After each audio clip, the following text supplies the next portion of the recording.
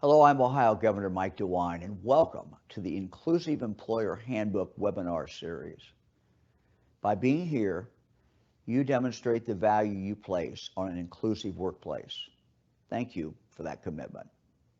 You realize that work environments inclusive of people with disabilities tap an underutilized talent pool and help us ensure that we leave no Ohioan behind. Immediately after being sworn in as governor, I established Ohio as a disability inclusion state and model employer of individuals with disabilities because I believe in equal opportunities.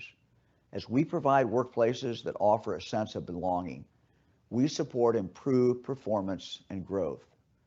These webinars will help you provide an inclusive workplace, recruit, hire, and support employees with disabilities, better understand workplace accommodations, and make work sites accessible. Best wishes for your efforts to foster an inclusive workplace. And thank you. Thank you for your effort to make Ohio a better, stronger, more inclusive place for everyone. And thank you, Governor DeWine, for supporting workplace accommodations. Hello, everyone. My name is Dustin Schwab, and I am a career development specialist here at Opportunities for Ohioans with Disabilities, which we refer to as OOD. Today, I am co-hosting with my colleague, Julie Wood, and we'd like to welcome you back to the Inclusive Employer Handbook 5-part webinar series for the third session titled Workplace Accommodations. Julie, can you please introduce yourself? Sure. Thank you, Dustin. Hi, everyone. Thank you for joining us today. My name is Julie Wood, and I am OOD's Worksite Accessibility Specialist. I'm also an occupational therapist and a certified ADA coordinator. My main role at the agency is to support our employer partners with their goals to foster disability inclusive and accessible workplaces. One of the ways I do this is through providing presentations on a variety of topics like making the workplace accessible, identifying ideas for reasonable accommodations, and following the guidelines under Title I of the Americans with Disabilities Act, or ADA. And so I am happy to join Dustin again to deliver our third session in the Inclusive Employer Handbook, which is focused on the best practices inclusive employers use to provide reasonable accommodations. Thank you, Julie. Before we begin, I'd like to mention that today's training comes with a learner's guide and a helpful fact sheet, which can be accessed now through the link that is posted in the Q&A section here in Microsoft Teams. Just as a reminder, the information that we share in these resources and during today's conversation is for educational purposes only and is not legal advice, but we do hope this information is helpful for you. We will be stopping about halfway through today's presentation and then again before we conclude to answer questions. So please post your questions in the Q&A section at any time throughout the presentation so that they're ready for us when we stop. Now, in our first webinar in the handbook, we shared many ways employers can foster a disability-inclusive workplace. In our last webinar, we discussed how employers could build upon this to create inclusive workplace practices for recruiting, hiring, and supporting employees with disabilities. And today, we are going to talk about strategies and best practices for providing workplace accommodations. Julie, what topics specifically will we be discussing? Dustin, most employers have responsibilities under Title I of the ADA to provide reasonable accommodations to applicants and employees with disabilities when they're needed. And so what we hope to achieve in this webinar is to share resources and best practices for adhering to these responsibilities, as well as for going beyond the law to foster workplace cultures that are inclusive of people with disabilities. So we will start with a review of what reasonable accommodations are, and then address topics that support providing accommodations, like establishing an interactive reasonable accommodation process, considering a budget or a centralized fund for purchasing accommodations, following confidentiality guidelines, and providing training for all employees and supervisors about reasonable accommodations. Great. Well, you mentioned reasonable accommodations first, so let's start there. Will you review what a reasonable accommodation is? Yes, a reasonable accommodation is a change in a work-related function or process that removes a barrier and provides another way to participate in work-related activities and access equal employment opportunities.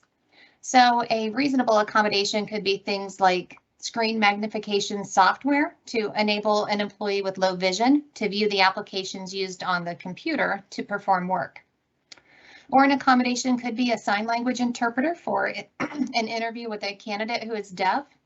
It could be a pair of noise canceling earbuds for an employee with autism, or a flexible schedule for an employee with depressive disorder to be able to attend therapy sessions once a week.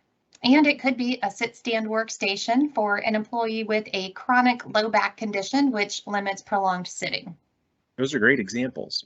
So what aspects of work could an individual with a disability need an accommodation for? Dustin, there are 3 categories related to work that employers are required to provide accommodations for when individuals with disabilities need them. One is to access the hiring process to compete for a job. Another is to perform the job's essential functions. And the third is to enjoy the benefits and privileges of employment. What providing a reasonable accommodation does is enable an applicant or employee with a disability to compete for a job, access the work environment and perform the job, and enjoy the benefits of employment as equitably as employees without disabilities. Julie, we know that when a reasonable accommodation is needed, the solution is determined on a case-by-case basis during the interactive process. We're going to discuss ways to support the interactive process shortly, but before we do, is there any guidance for employers on what types of accommodations an individual may need related to work? Dustin, you are right. What is needed is always unique to the individual, the job and the work environment, and the employer. So it will always be determined on a case-by-case basis. I shared a few examples of accommodations, but it can be helpful to know the various types or categories of accommodations that are available to help with determining an effective solution. So the Equal Employment Opportunity Commission, or EEOC, enforces and regulates Title I, and they offer guidance for employers on a variety of aspects of the law.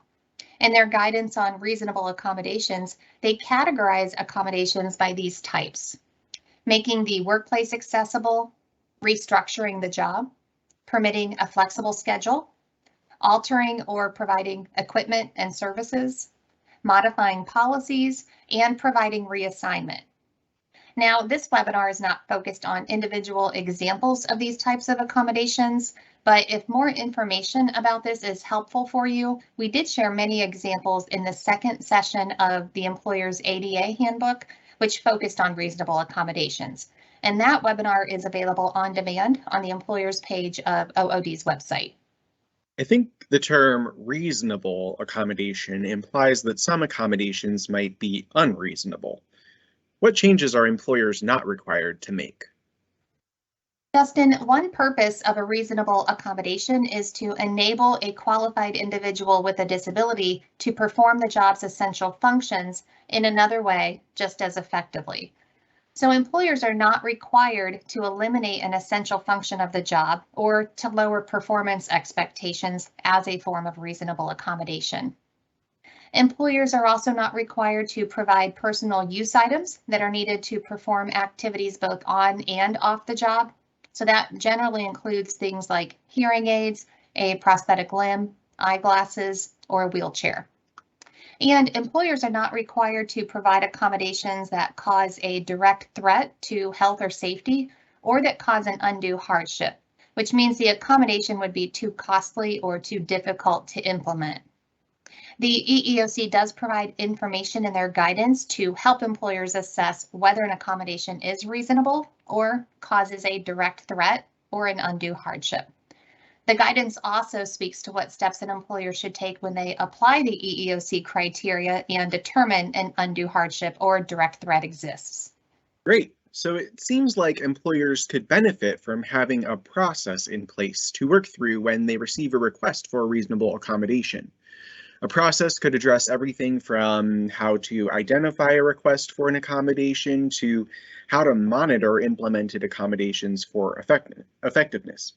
Julie, how does having a defined reasonable accommodation process support inclusion?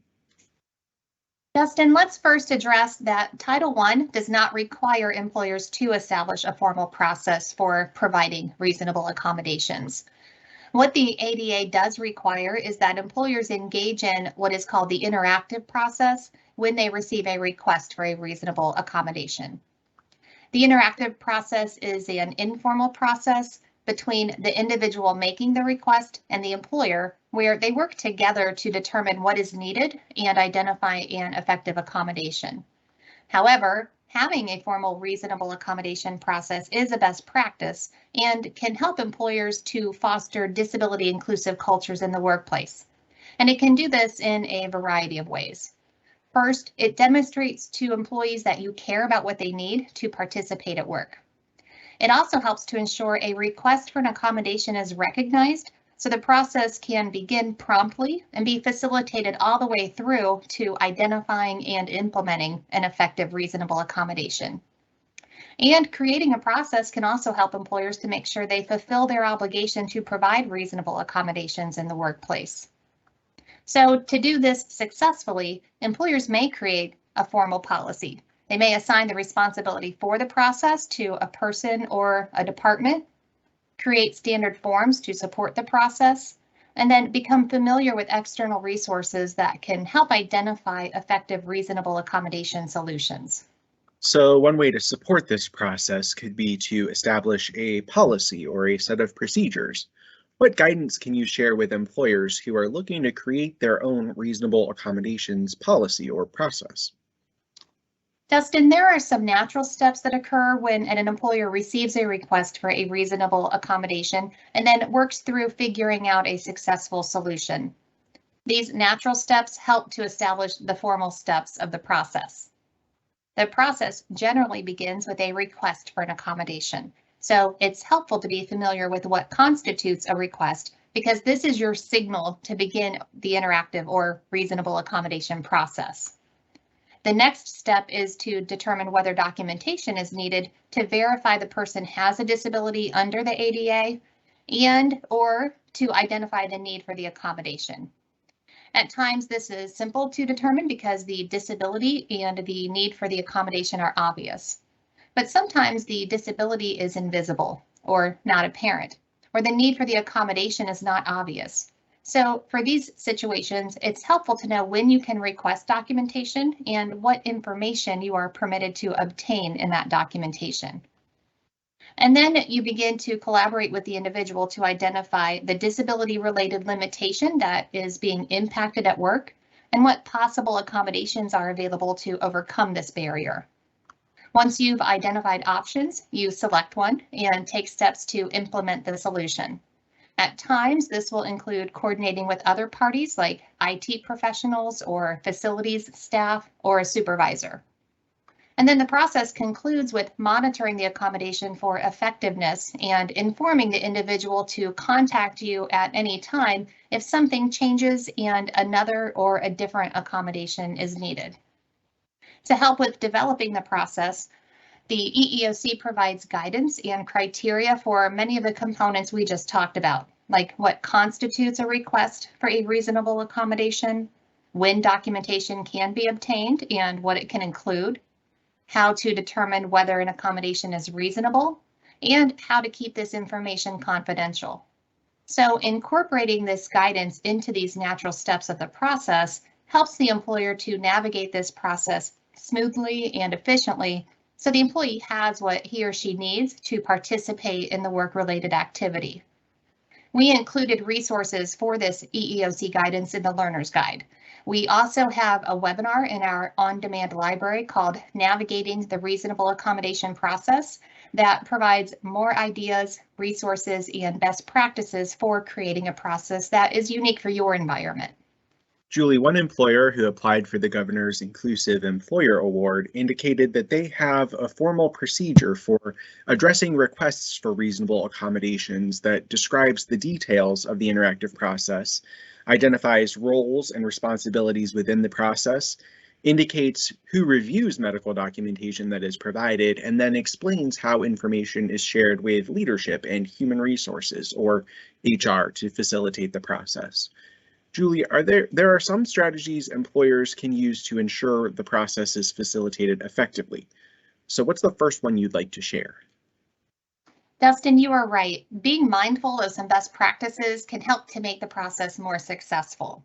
So to make sure a request for a reasonable accommodation is recognized and the process begins right away, it's helpful to assign the responsibility for managing the process. Some employers may do this by adding these duties to the responsibilities of an existing role in the organization, while other employers may create a dedicated role or team to support disability in the workplace and facilitate the process. Several of the employers who applied for the Governor's Inclusive Employer Award shared that they have teams of people to implement the reasonable accommodation process. Julie, do you have any suggestions for what these positions and responsibilities might include? Dustin, we included a resource in the Learner's Guide from the Job Accommodation Network, or JAN, which provides examples of job descriptions that outline the duties, skills, and qualifications that might be required of this type of role. So an employer who is considering creating this type of position may want to use these examples as a guide. Thank you, Julie. One employer who applied for the Governor's Inclusive Employer Award indicated that they use a third party to assist with their reasonable accommodation process. This might be an option for employers as well. The next best practice that you wanted to discuss is about documentation. I imagine some of the steps you mentioned that naturally occur in the process could benefit from a form to capture information and document what was completed in each step. Let's talk about the forms that help to support a successful process. Dustin, you are correct. The best processes are often accompanied by forms designated for specific aspects of the process, like making a request for an accommodation and then facilitating and tracking the steps along the way. So the next strategy to consider is to identify the documentation you want to use to support your reasonable accommodation process. Creating these forms and documenting your efforts can help to ensure that employees with disabilities have what they need in the workplace and demonstrates the good faith effort employers are making to fulfill their responsibilities under Title I of the ADA. So if you are curious as to what forms are helpful and what to include in these forms, we have a resource from Jan in the Learner's Guide that has examples you can review for accommodation policies, accommodation processes and flowcharts, request forms, medical documentation forms, accommodation approval forms, and forms to monitor an accommodation after it's implemented. These examples can be useful in helping employers to customize the form in a way that works best with their process. I'd just like to remind everyone that while having a form for employees to use to request an accommodation can be helpful, we do want to remember that an employee can make a request in their preferred format, which may be completing the request form, but it could also be through an email, a phone call, or an in-person communication. And this request can be made using plain language, which means the employee does not have to use the term reasonable accommodation or reference the ADA in any way. Thank you for that reminder, Julie.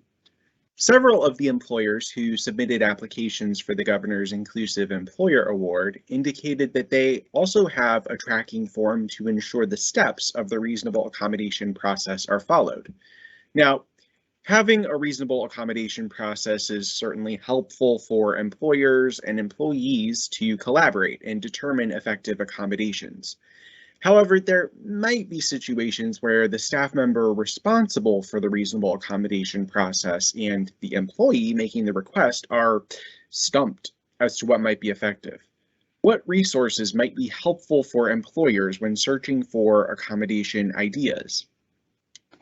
Dustin, knowing what resources are available is another strategy I wanted to highlight for employers because these resources can help to support the employee and the employer in identifying an effective solution.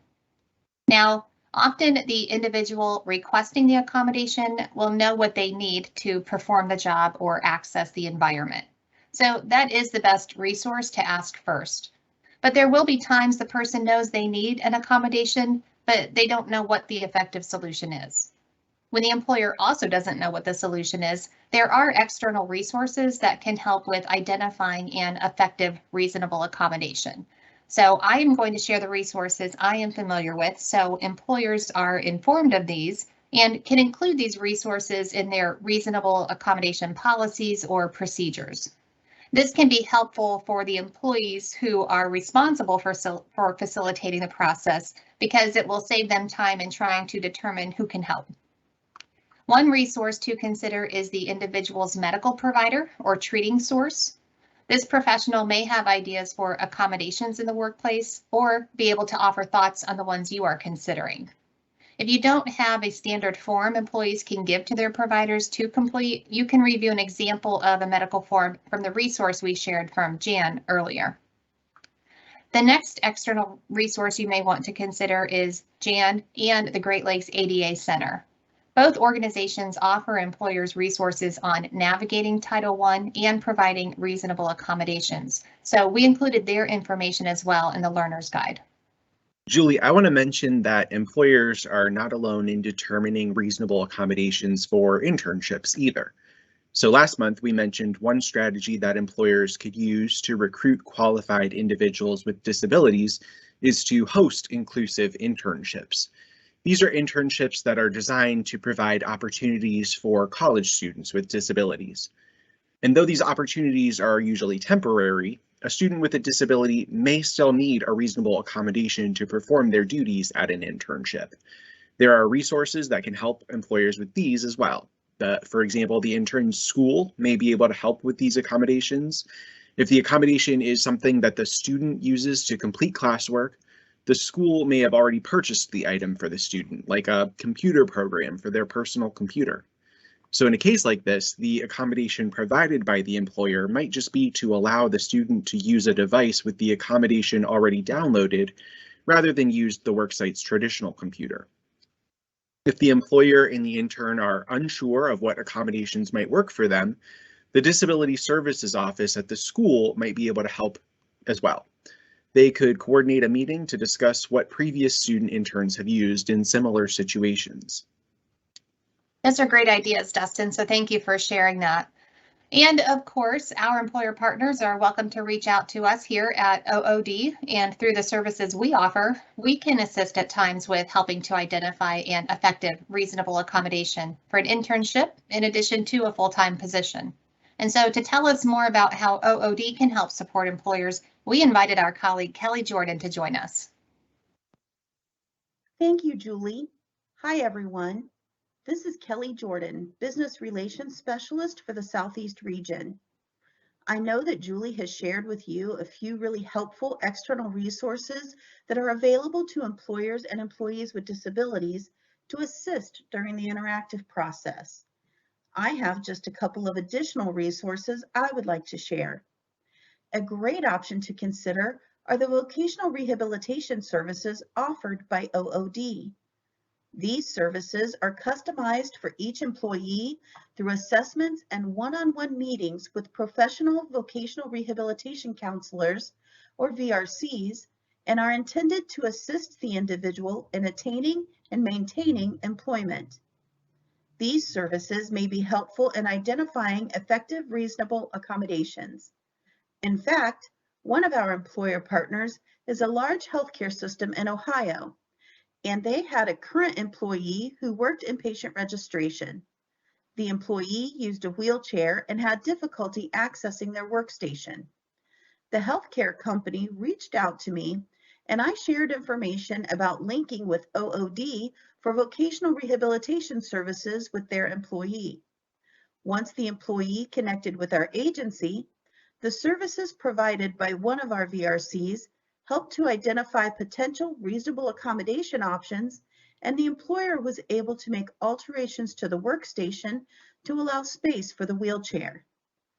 Employees may visit www.oodworks.com to learn more about these no-cost confidential services, take a self-assessment, create a profile, and apply. This link is provided in the Learner's Guide for this webinar.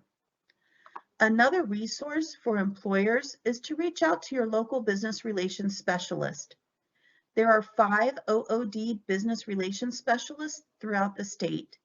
To find out which one is in your area, please visit the employer page of our website at www.ood.ohio.gov. Your business relations specialist can discuss a variety of services OOD offers to employers at no cost, including the worksite accessibility consultations Julie provides. The consultation service is a combined effort with you, the employer, the business relations specialist, and Julie to discuss your questions and concerns pertaining to the interactive process and reasonable accommodations. During this consultation, we can provide resources, information, and ideas to support you in making decisions about next steps and helping to identify possible accommodation solutions. You know, Julie, we can often help with low-cost, no-cost solutions, and this reminds me of a recent consultation we just worked on together with another employer partner. This employer reached out to us needing help with an employee who is blind and was struggling to use the computer to participate in new employee training. We scheduled a consultation with the employer to talk through the employee's barriers to completing the training and brainstorm ideas for possible solutions. Julie, I remember you shared some great resources with the company's IT department to connect them with experts from the screen reader software company that could provide technical guidance on utilizing their product to assist the employee in completing the training. If your company needs resources to support your interactive process, it's as easy as reaching out to your local business relations specialist to get started. Thank you, Kelly.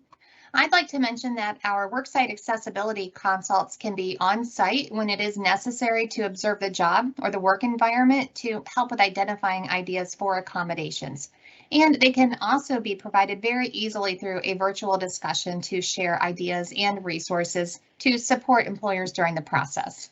Good point, Julie. Now let's talk about the costs of accommodations. So a report from Accenture in 2018 stated that some employers have not embraced employing individuals with disabilities because of the myth that reasonable accommodations are expensive.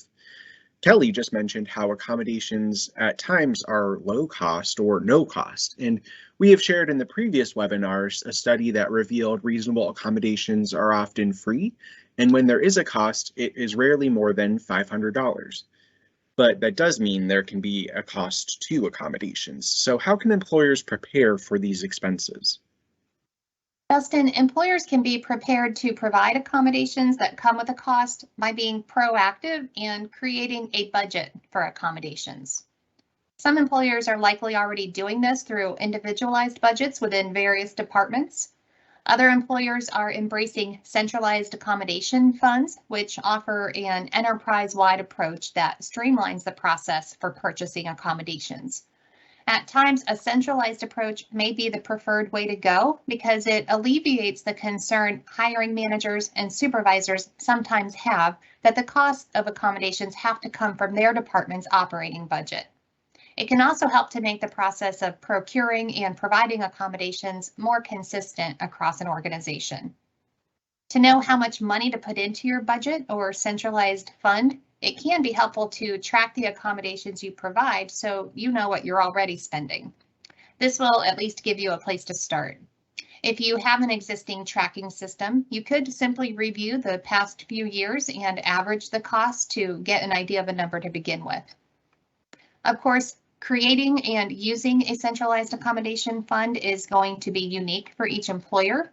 If you are interested in creating this type of fund and want to learn from what other organizations have put into place, we did include some resources in the Learner's Guide for creating a centralized accommodations fund, which shares information on best practices and ways that other organizations arrived at their budget amount. Those are awesome ideas.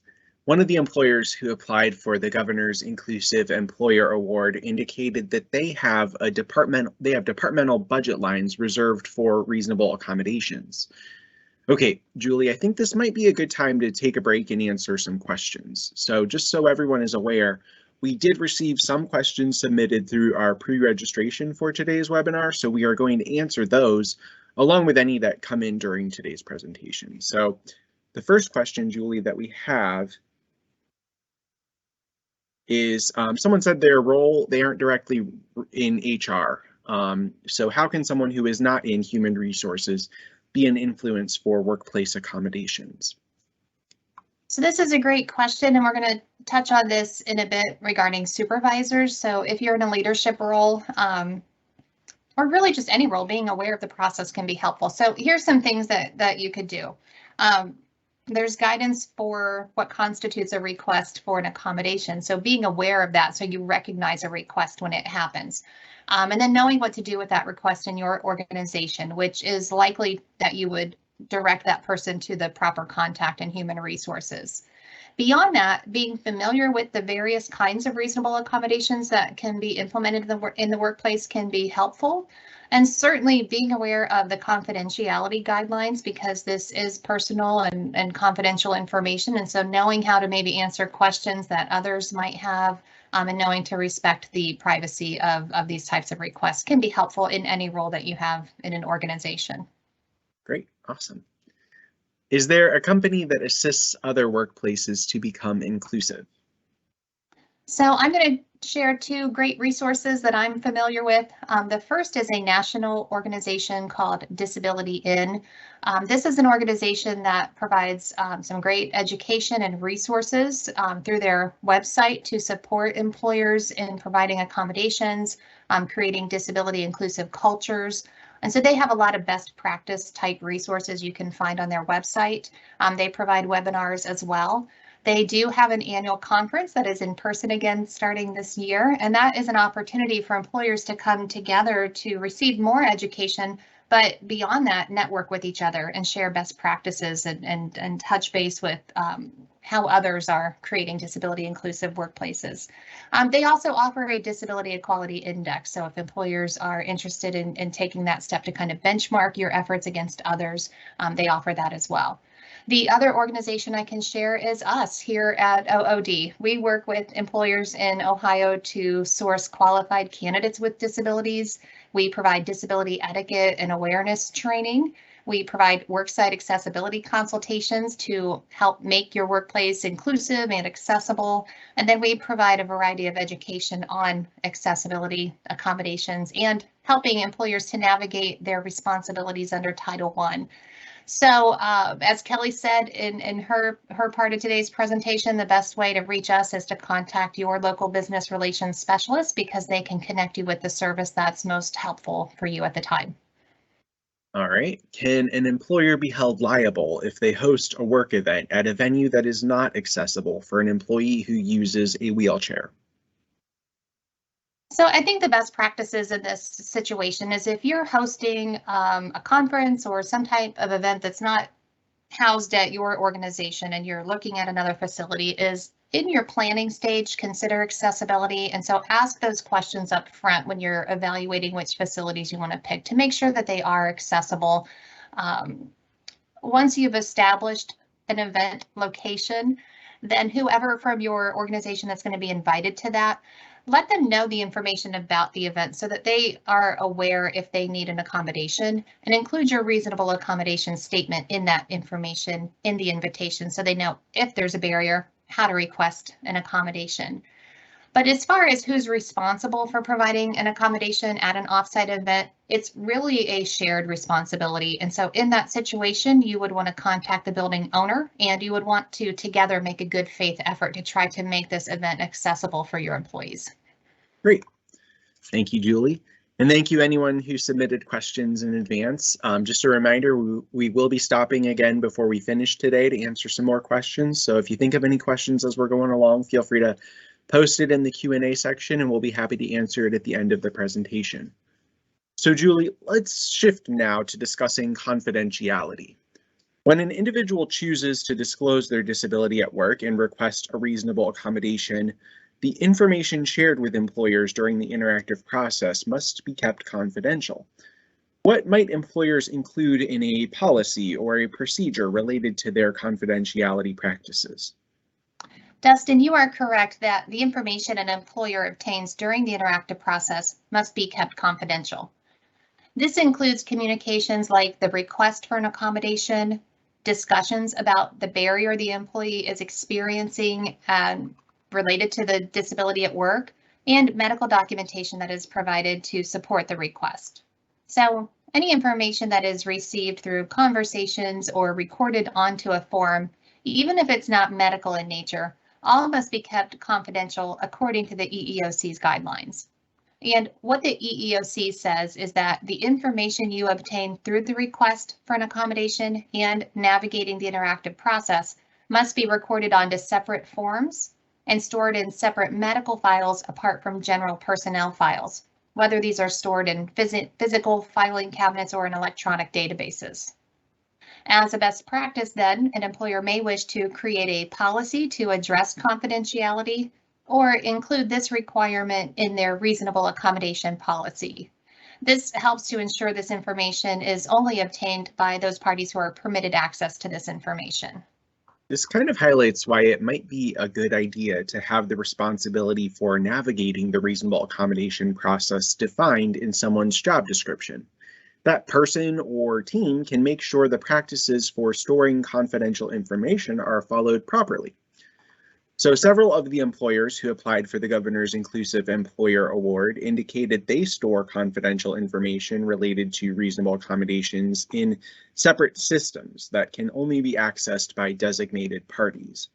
Julie, are there situations when employers are permitted or required to share this confidential information? Dustin, that's an important distinction to make. We mentioned earlier how you may need to communicate with other parties like IT or facilities or with supervisors to implement reasonable accommodations. So there are times that certain parties can know a reasonable accommodation is being provided. For example, the employer will likely need to communicate with IT when a technology-related accommodation is provided, like magnification software, or with facilities when a sit-stand workstation must be installed, or with a supervisor when the accommodation is a flexible schedule. But these parties are not permitted to know what the employee's disability is or why the accommodation is needed. In addition to these parties, your staff who implement reasonable accommodations related to safety and emergencies will also need to know information to enable them to implement or administer an accommodation properly. Of course, if you are subject to an investigation for compliance or an insurance claim or a workers' compensation claim, you can share information accordingly. So sharing this limited information with these parties does disclose that the individual has a disability, because that is what gives a person protection under the ADA to receive a reasonable accommodation. Because of this, it's also important for these parties to be aware of the confidentiality rules that apply so they can follow these protocols appropriately. That's a good point, Julie. So it seems it could be tricky for employers to navigate providing accommodations without disclosing a person has a disability, because some accommodations are noticeable by others in the workplace. What should a supervisor or one of these employees who help facilitate accommodations do if they receive questions from coworkers about the accommodations they see being provided in the workplace? Dustin, you are right. There are times a disability is not visible, but the reasonable accommodation is. And so other coworkers who notice a colleague receiving an accommodation may have questions about this and wish to have the same accommodation. We know employers are not permitted to disclose that an employee has a disability and is receiving a reasonable accommodation. So it's helpful to prepare supervisors and any staff that help to implement reasonable accommodations with a response for these types of questions, because they will receive them. The reason you can't simply respond with stating that the employee is receiving a reasonable accommodation is because that term is associated with Title I of the ADA. And to receive protection under Title I to receive a reasonable accommodation, you have to have a disability according to the ADA's definition of disability. And so simply responding that the person is receiving a reasonable accommodation is disclosing that they have a disability. And again, this is confidential information. To address this, the EEOC does offer employers some ideas on how to respond, and so I'll share that guidance with you now. You can respond that it is your policy to assist any employee who encounters difficulty at work. You can explain that these types of situations are personal and it's your policy to follow confidentiality guidelines. And you can reassure the employee who is asking about the accommodation that his or her privacy would be respected in a similar situation. If the employee continues to have questions, it may be helpful to ask the employee if there is something they need in the workplace and focus the discussion on them instead of the employee who is receiving a reasonable accommodation. That's great guidance. We discussed this topic and others related to employers' responsibilities under Title I in Session 1 of our Employers ADA Handbook. If you'd like access to that webinar, it's available in our on-demand library on the Employers page of the OOD website. Now, it seems like including information about how to respond to questions would be important content to include in a training offered to supervisors geared toward helping them fulfill their responsibilities under Title I. Dustin, I agree. Customarily, navigating the reasonable accommodation process is a responsibility that falls under HR. However, we know supervisors play a role in this process, and because they do, it's important to inform them of how to properly fulfill their responsibility. Without this kind of training, supervisors may not know how to respond to employees when they have questions or experience barriers related to their disability at work.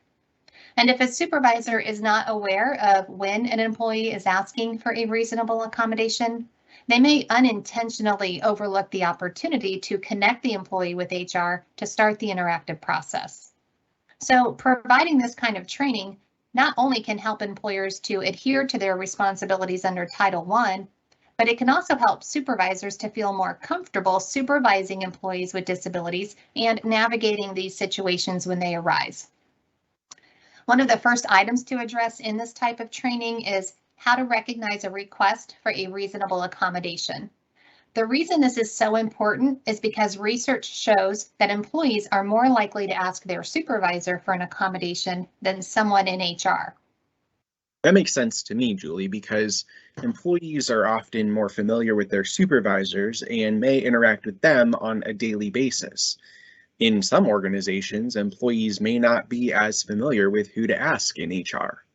So it seems like a request for a reasonable accommodation would be straightforward, or that it would be submitted on a form like we mentioned earlier.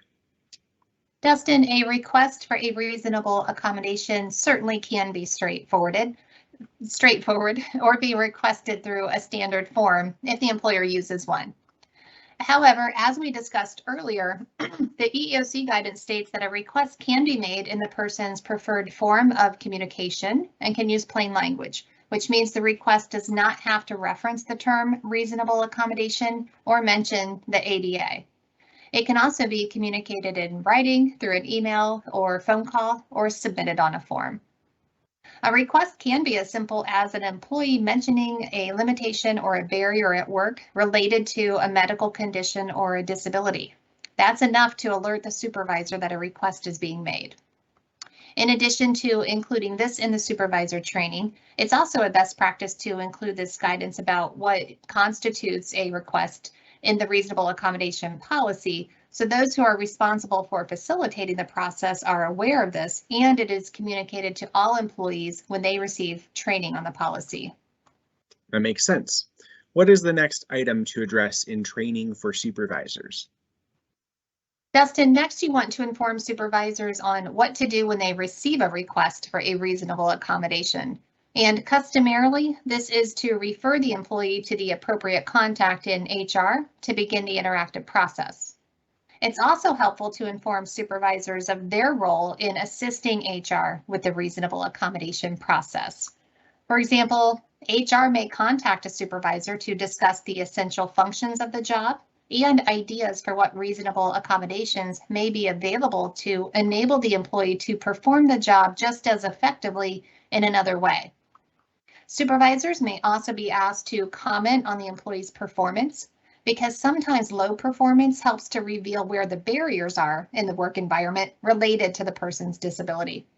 This can sometimes help to better identify ideas for accommodations. Once an accommodation is selected, supervisors may also help to implement the reasonable accommodation to make sure it's effective and to assist with monitoring its ongoing success. And of course, this kind of training should include the confidentiality guidelines we discussed earlier, along with the information on how you want your supervisors to respond to questions they receive from other employees. Thank you, Julie. This is a very thorough overview of content to include for supervisors. So how often would you recommend this training be provided? Dustin, when a new supervisor is hired or promoted, this kind of training is helpful for their onboarding to the new position. And then after that, I think it's a good idea to review these types of trainings at least once a year. That sounds like a great idea. One of the employers who applied for the Governor's Inclusive Employer Award indicated that they provide ADA training for all their leaders, which includes how to recognize a request for an accommodation and who to contact to begin the interactive process. They indicated this training must be completed successfully upon being promoted to a leadership role and is then repeated each year. So for more information, we do have a webinar for supervisors and Title I of the ADA in our on-demand library on the employers page of the OOD website. In addition to offering training for supervisors, it's a best practice to provide training for all employees about reasonable accommodations. That's right, Dustin. Employers can support their efforts to foster inclusive workplaces by offering training for all employees about reasonable accommodations. Most employers do this at onboarding for all new employees. And while that's important, it's also a good practice to offer this type of training on a regular basis so all employees remain aware of the right to reasonable accommodation if they have a disability or acquire one in the future and need something at work. Julie, that's a good idea. What should this training for all employees include? Well, Dustin, for those employers who have a policy, this training should inform employees about their reasonable accommodation policy and procedures that the employer follows and advise employees on where they can find this information. Training should include information on how to make a request for an accommodation and to whom. So this is another good time to address the EEOC's criteria for what constitutes a request, because the ADA intended for it to be simple to make a request. If you do have a request form as an option, you can reference that in this training. Because most employees choose to make this request with their supervisors, it's important to inform them that this request should be directed to HR, who will facilitate the process. And it's important to address confidentiality in this training, so all employees know, whether they need an accommodation or not, that these are confidential matters and that specific protocol is followed. This may help an employee with a disability to feel more comfortable to make a request for what they need at work. And this could help to curtail some of those questions received by supervisors and other professionals who assist with the process about the accommodations other coworkers notice in the workplace. I can see how repeating this training for all employees on a regular basis will help to reinforce that receiving a reasonable accommodation is a confidential matter and can help to foster an inclusive culture. Julie, are there ways to further support this training? Dustin, there are. Employers can create training policies and procedures that include the trainings we've mentioned that support the reasonable accommodation process for supervisors and all employees. Employers can make sure these training and reasonable accommodation policies are referenced in employee handbooks, are easy to find on the organization's intranet, and are mentioned periodically in company newsletters for employees. And there's one more way to link employees back to the reasonable accommodation policy if they need something and may not have the employer's policy top of mind. I also know this is your favorite worksite accessibility tip to talk about. So Julie, what is the one last best practice you'd like to share? Dustin, the reasonable accommodation statement is my favorite accessibility practice for a few reasons. In this case, it serves as a reminder to employees who have a disability that if they need something at work, their employer cares and is inviting them to ask for an accommodation. The reasonable accommodation statement also informs the employee of how to make a request, so they don't have to go find the policy to figure it out. It's a best practice to include this statement in key areas in the workplace, like in invitations for events like interviews, trainings, meetings, and conferences. Now, employers likely already have this kind of statement created. However, we did include an example in the Learner's Guide from Jan that employers can use to edit theirs or create a new one. Thank you, Julie. Okay, let's take one more break to see what questions we have. So Julie, a question that came in the chat is, do you have any advice or guidance for dealing with supervisors who do not agree with the approved reasonable accommodations or are hesitant to implement or monitor them? I think that's an opportunity to learn what the barriers are in the workplace, learn what the job requires from an essential function standpoint, and to educate supervisors on the reasonable accommodation process. Through that conversation, you might understand why an accommodation would be effective or why it might not be, and it could help to further defining what's going to be the most effective solution in that situation. So I think that's an opportunity to educate the supervisor, to listen and hear what they're saying, because supervisors they certainly know the jobs well and the work environment well, and they have something to contribute to this process. And so through that conversation, I think that you can further identify what the effective solution is. Cool, thank you, Julie. Another question that was pre-submitted, someone said they are interested in the basics that supervisors need to know.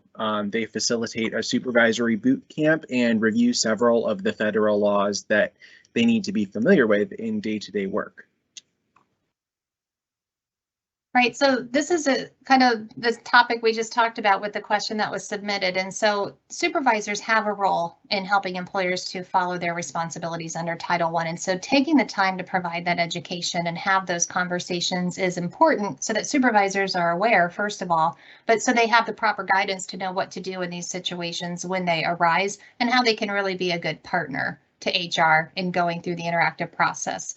So we've talked about some of those best practices today. We do have an on-demand webinar dedicated to this topic of supervisors and their responsibilities under Title I that's archived on our employers page of the website. And what it includes in that, and what we've highlighted today, is that it's important to help supervisors understand how to recognize a request for an accommodation, because we know most employees are going to go to their supervisor instead of HR. So help them to recognize that request and then know what to do with it, which is, who do I hand this off to? Who do I connect this person with in HR? And then again, to know what your role is in the process. So to understand the essential functions of the job, to be able to contribute a conversation about low performance, which can help us to identify a barrier. And then understand how to be a partner in successfully implementing that accommodation so that it is effective, and helping supervisors to know maybe how to monitor or follow up with things if they have a role in that, if something becomes ineffective and the accommodation process needs to be revisited. Certainly educating supervisors again about confidentiality guidelines and preparing them for how to respond, because they are going to get questions. If coworkers knows that somebody has a flexible schedule and they don't, they're going to have a question. So help your supervisors know how to respond to that so that they don't compromise any confidentiality. Cool. Okay, so I'm jumping back to the Q&A box. So if an employee asks for a lateral transfer, I'm assuming as a reasonable accommodation, and no options are offered by the employer, what can be done? So typically we look at reassignment as an accommodation if that's what that is referring to as a last resort. So let's say an employee asks for an accommodation for their current position and a reasonable accommodation can't be identified. An employer is expected to look at reassignment to an equivalent position if there's one that's available or will be available soon. And so that's what Title I says. If you are looking to be proactive in allowing somebody to reassign, you can do that. You don't have to, but you can. But this question is implying that maybe that lateral transfer is not available. And so you do not have to offer a reassignment to a position that's not there, or not if it's not going to be reasonably available in the near future. Great, thank you. I hope that helps to answer that one. Thanks. So if a candidate for hire expresses a need for an accommodation during the interview process, when should the interactive process begin? Should interviewers connect the candidate with HR only if they decide to extend an offer, or before reaching a final hiring decision?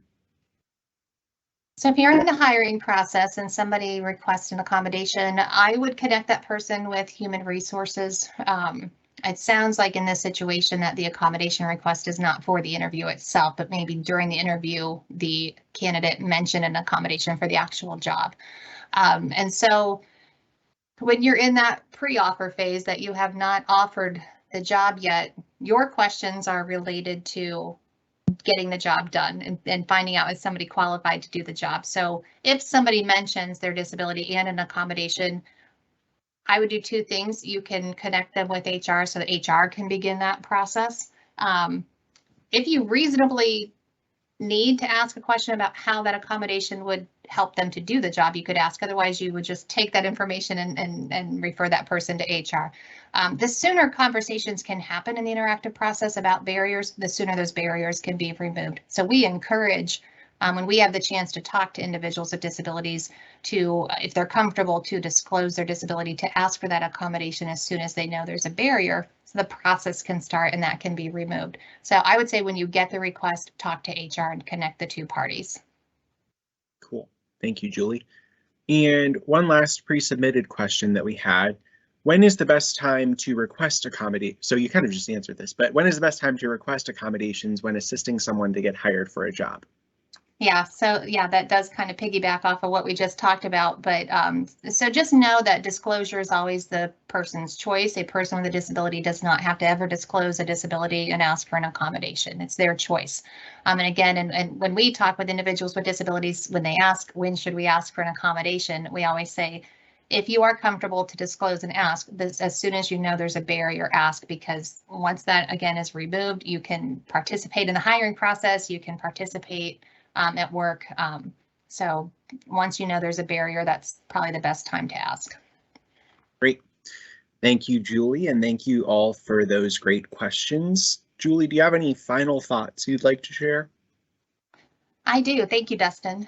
In our first webinar in the Inclusive Employer Handbook, we provided a variety of ways for employers to consider for fostering an inclusive workplace. In the second session, we shared many ideas for recruiting, hiring, and supporting employees with disabilities. One way to support employees is through providing reasonable accommodations. So today's discussion included a reminder of what reasonable accommodations are, addressed how a formal reasonable accommodation process can ensure effective accommodations are provided, highlighted the benefits that come with creating a budget or a centralized accommodation fund for purchasing items, identified how to keep confidential information confidential, and emphasized the importance of training supervisors and all employees on reasonable accommodations in the workplace. We certainly hope this information helps you to assess where you are in your inclusive workplace journey and to identify the next step you would like to take.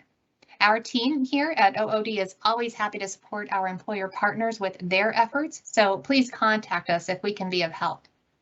Thank you so much for your continued interest in our Inclusive Employer Handbook webinar series, and Dustin, thank you.